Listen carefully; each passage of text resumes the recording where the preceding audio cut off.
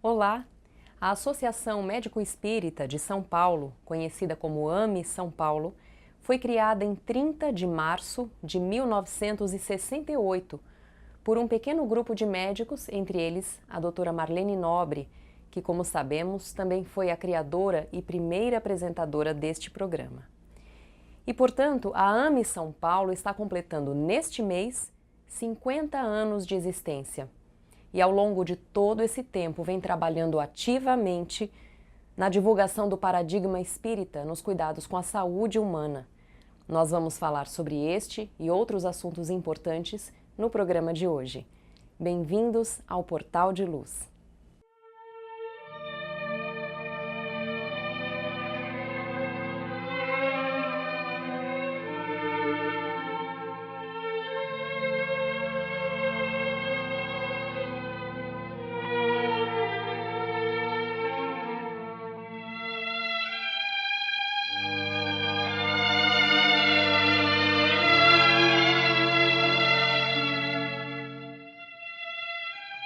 Escola da bênção, sofres cansaço da vida, de sabores domésticos, deserção de amigos, falta de alguém.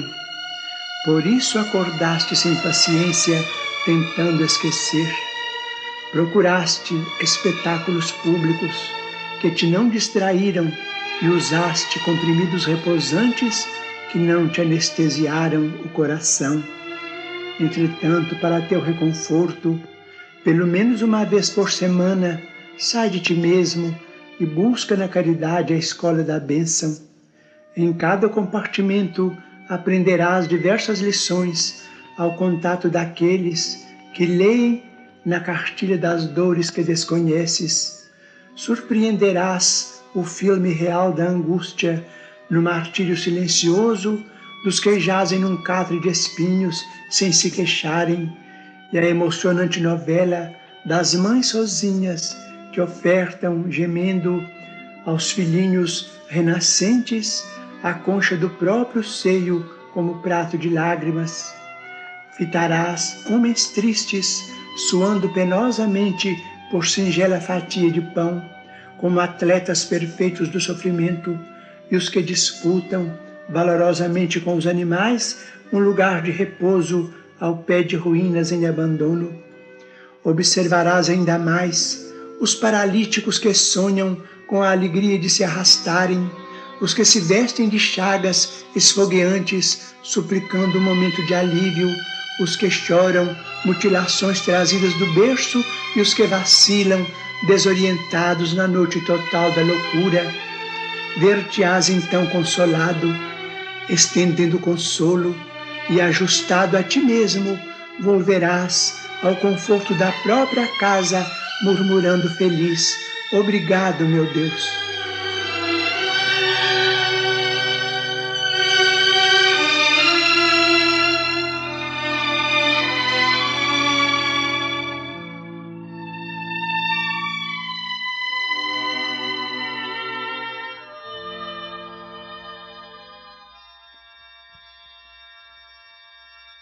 Deus de eterna bondade, em prece de louvor entrego-te minha alma. Sê bendito, meu Pai, por todos os recursos, ferramentas, processos e medidas dos quais te utilizaste, a fim de que eu perceba que tudo devo a ti. Agradeço-te, pois, o tesouro da vida, a presença do amor, a constância do tempo, o sustento da fé, o calor da esperança que me acena ao porvir, o santo privilégio de servir, o pensamento reto que me faz discernir o que é mal e o que é bem, na clara obrigação de nunca desprezar ou de ferir alguém. Agradeço-te ainda a visão das estrelas, a esmaltarem de glória o lar celeste, as flores do caminho, os braços que me amparam e os gestos de carinho dos corações queridos que me deste. Por tudo te agradeço, e quando te aprover, despojar-me dos bens com que me exaltas. Ensina-me, Senhor, a devolver tudo que me emprestaste, mas por piedade, ó Pai, deixa-me em tudo, por apoio e dever, a bênção de aceitar e o dom de compreender.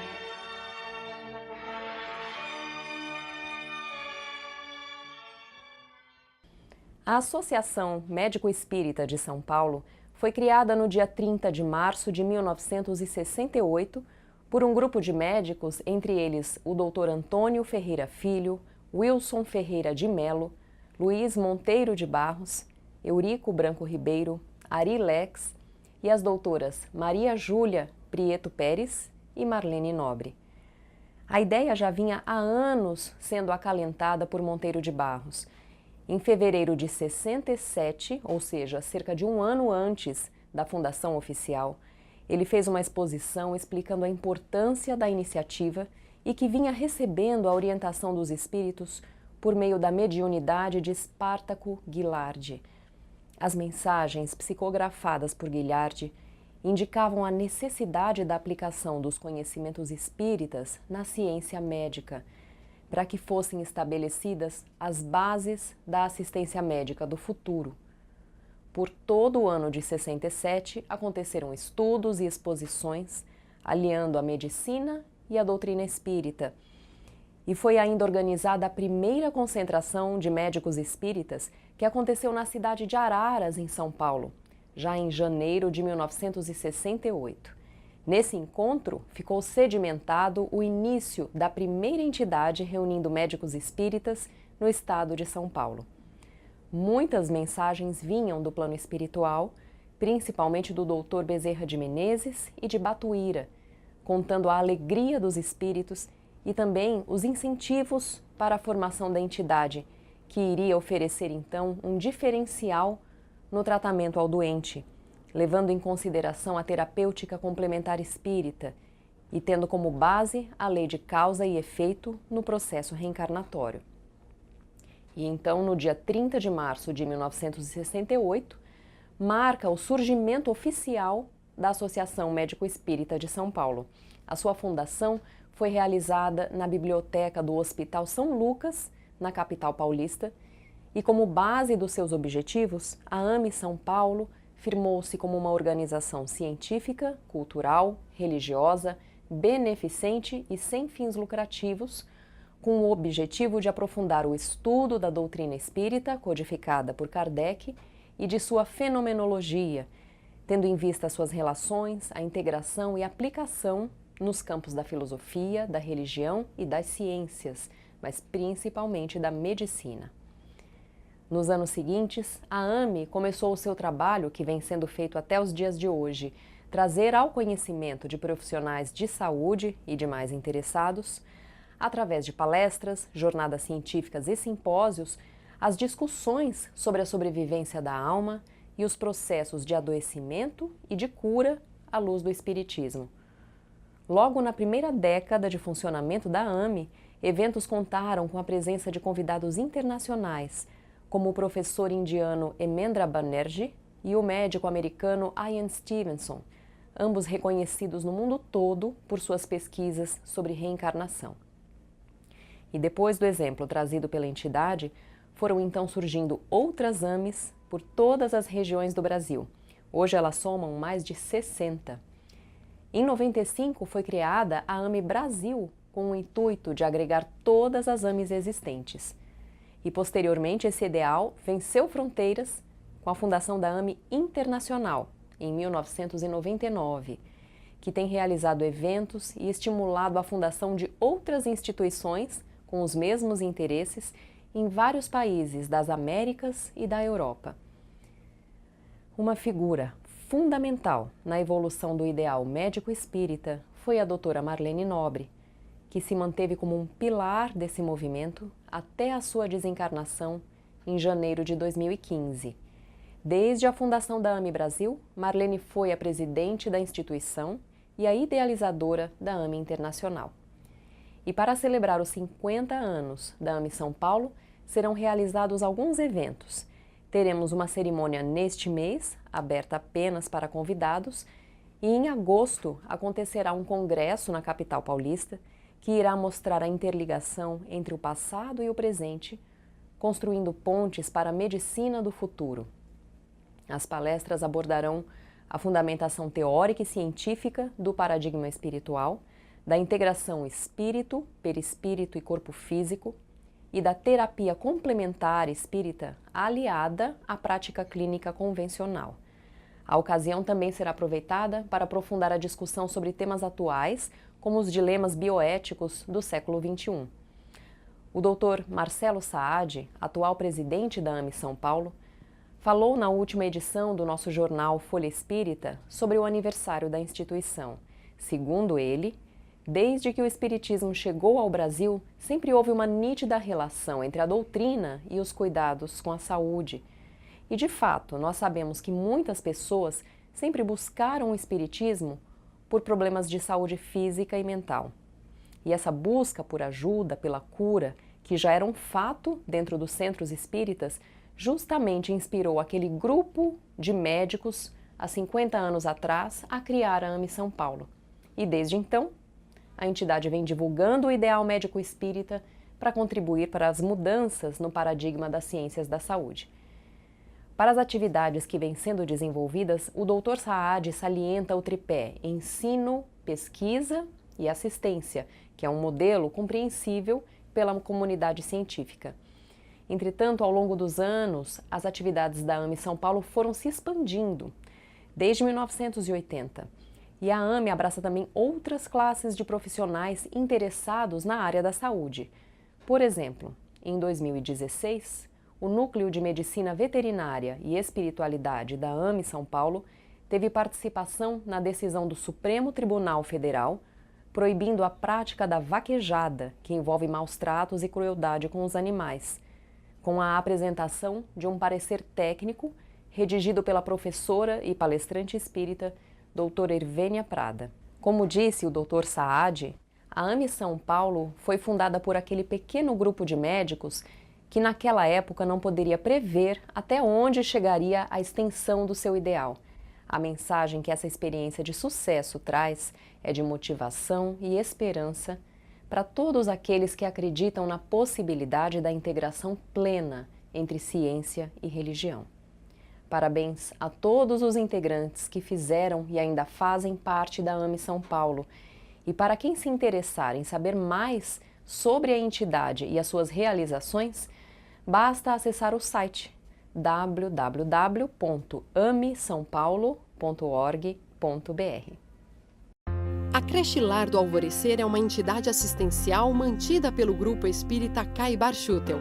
Localizada em Diadema, tem como propósito trabalhar pelo desenvolvimento de uma cultura de paz através da educação e da assistência a crianças, jovens e adultos.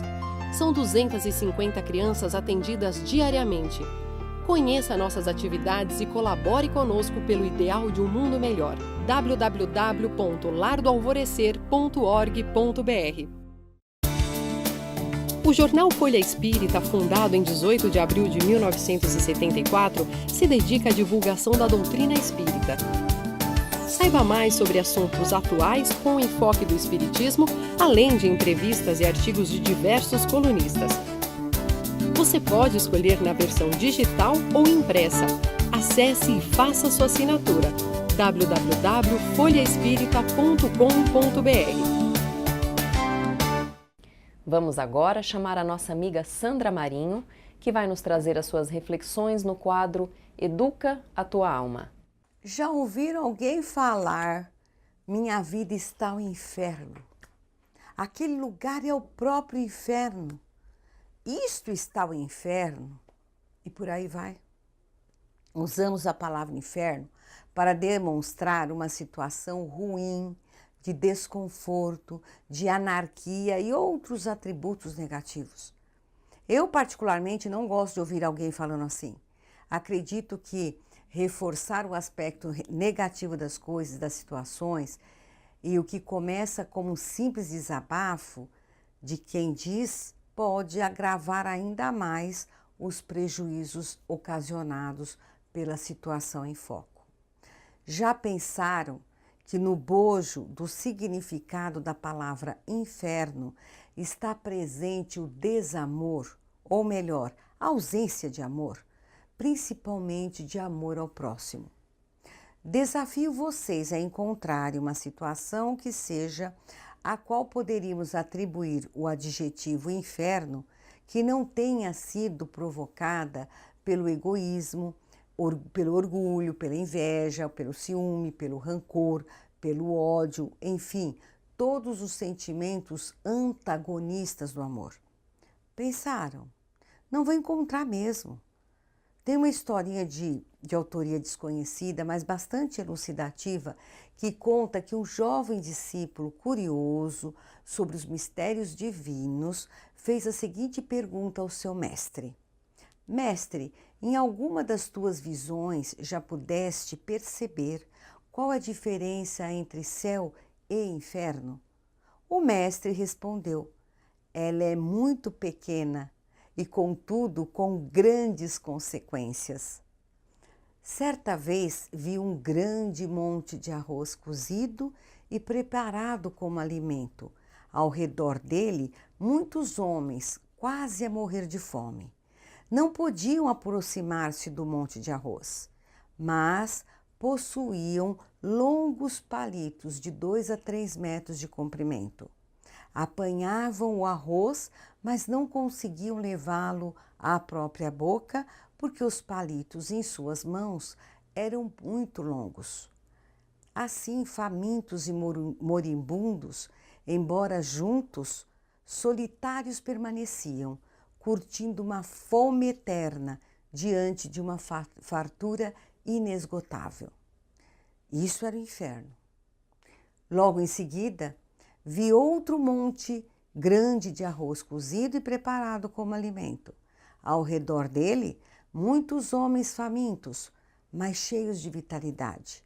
Não podiam se aproximar do monte de arroz, mas possuíam longos palitos de 2 a 3 metros de comprimento.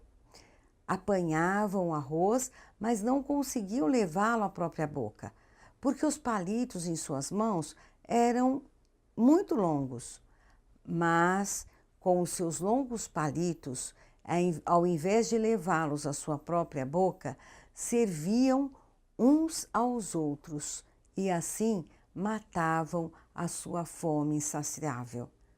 Numa grande comunhão fraterna, todos juntos e solidários, gozando a excelência dos homens e das coisas.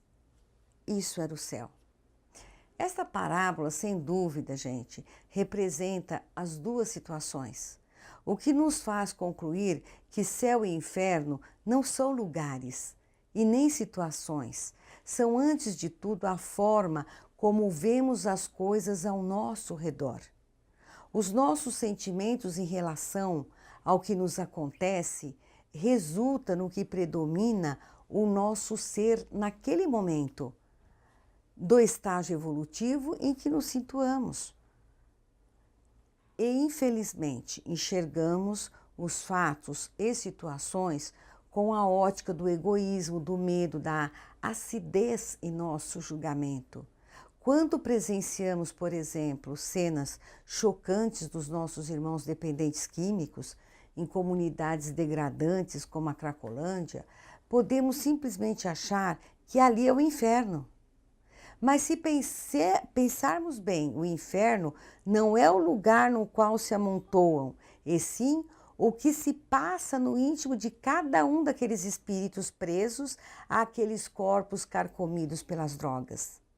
Assim, desviarmos-nos daquele lugar e esquivarmos-nos destes irmãos e irmãs que porventura venham a nos abordar, não vai evitar que o inferno chegue até nós.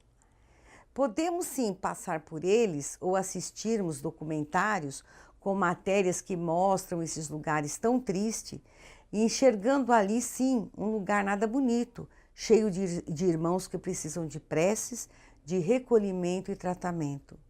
Avaliemos se não podemos experimentar o céu de servir diante desses quadros dolorosos que de início achavam se tratar de um inferno. Ocorre que raras vezes vivemos o sentimento de liberdade. Na maior parte do tempo, ficamos presos a conceitos e preconceitos, com a ânsia de preservar o nosso eu. Colocamos-nos no centro de tudo e assim não temos paz, a paz interior. Aí torna-se mais fácil atribuir ao caos exterior o atributo de inferno. Já se temos a paz interior, se nos dispomos a abrir mão de pequenas coisas, se nos propomos a entender e compreender o próximo, não tem por que enxergar inferno no exterior do mundo, porque a solidariedade nos fará identificar oportunidades de ajudar, de contribuir para a paz acima de tudo. Todos temos o dom de fazer da vida um inferno ou o céu. É uma questão de estado de espírito. Pensemos nisto. Um abraço e até o próximo encontro. E agora chamamos o nosso amigo Maida com o Momento Doutrinário. Olá, amigas e amigos do Portal de Luz, sejam bem-vindos a mais um Momento Doutrinário. Hoje vamos juntos refletir sobre os ensinamentos do Espírito Irmão X, Humberto de Campos, contidos no livro de psicografia de Chico Xavier, Contos desta e doutra vida, a respeito da necessidade de servir mais. Diz Humberto de Campos: Efraim ben Assef, caudilho de Israel contra o poderio romano, viera a Jerusalém para levantar as forças de resistência. Informado de que Jesus, o profeta, fora recebido festivamente na cidade, resolveu procurá-lo na casa de Obed, o guardador de cabras, a fim de ouvi-lo. Mestre, falou o guerreiro, não te procuro como quem desconhece a justiça de Deus, que corrige os erros do mundo todos os dias. Tenho necessidade de instrução para a minha conduta pessoal no auxílio ao povo. Como agir quando o orgulho dos outros se agiganta e nos entrava o caminho? Quando a vaidade ostenta o poder e multiplica as lágrimas de quem chora? É preciso ser mais humilde e servir mais, respondeu o Senhor, fixando nele o olhar translúcido. Mas, e quando a maldade se ergue, espreitando-nos a porta, que fazer quando os ímpios nos caluniam à afeição de verdugos? E Jesus: é preciso mais amor e servir mais. Senhor, e a palavra feroz, que medidas tomar para coibi-la? Como proceder quando a boca do ofensor cospe fogo de violência, qual nuvem de tempestade arremessando raios de morte? É preciso mais brandura e servir mais. E diante dos golpes, há criaturas que se esmeram na crueldade, ferindo-nos até o sangue. De que modo conduzir nosso passo à frente daqueles que nos perseguem sem motivo e odeiam sem razão? É preciso mais paciência e servir mais. E a pilhagem, Senhor, que diretrizes buscar perante aqueles que furtam, desapiedados e poderosos, assegurando a própria impunidade à custa do ouro que ajuntam sobre o pranto de semelhantes? É preciso mais renúncia e servir mais. E os assassinos, que comportamento adotar junto daqueles que incendeiam campos e lares, exterminando mulheres e crianças? É preciso mais perdão e servir mais. Exasperado por não encontrar alicerces ao revide político que aspirava a empreender em mais larga escala, indagou Efraim: Mestre, que pretendes dizer por servir mais?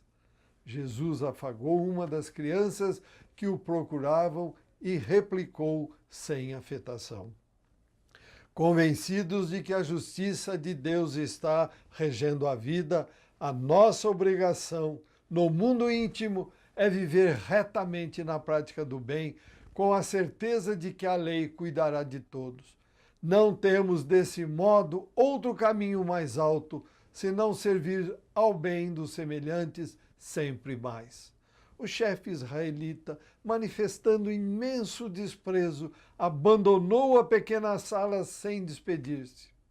Decorridos 2 dias, quando os esbirros do Sinédrio chegaram em companhia de Judas para deter o Messias, Efraim ben Assef estava à frente e, sorrindo ao algemar-lhe o pulso, qual se prendesse terrível salteador, perguntou sarcástico: "Não reages, Galileu?" Mas o Cristo pousou nele, de novo, o olhar tranquilo e disse apenas: "É preciso compreender e servir mais." Boas reflexões, obrigado pela companhia, saúde e paz e até o próximo encontro. Estamos encerrando o nosso programa de hoje e deixamos aqui as palavras inspiradoras de Emmanuel, no capítulo 5 do livro Pensamento e Vida. Disse-nos o Cristo: brilhe vossa luz. Isso quer dizer que o potencial de luz do nosso espírito deve fulgir em sua grandeza plena, e semelhante feito somente poderá ser atingido pela educação que nos propicie o justo burilamento. Tenham todos uma ótima semana com muita luz, fé e amor. E até a próxima!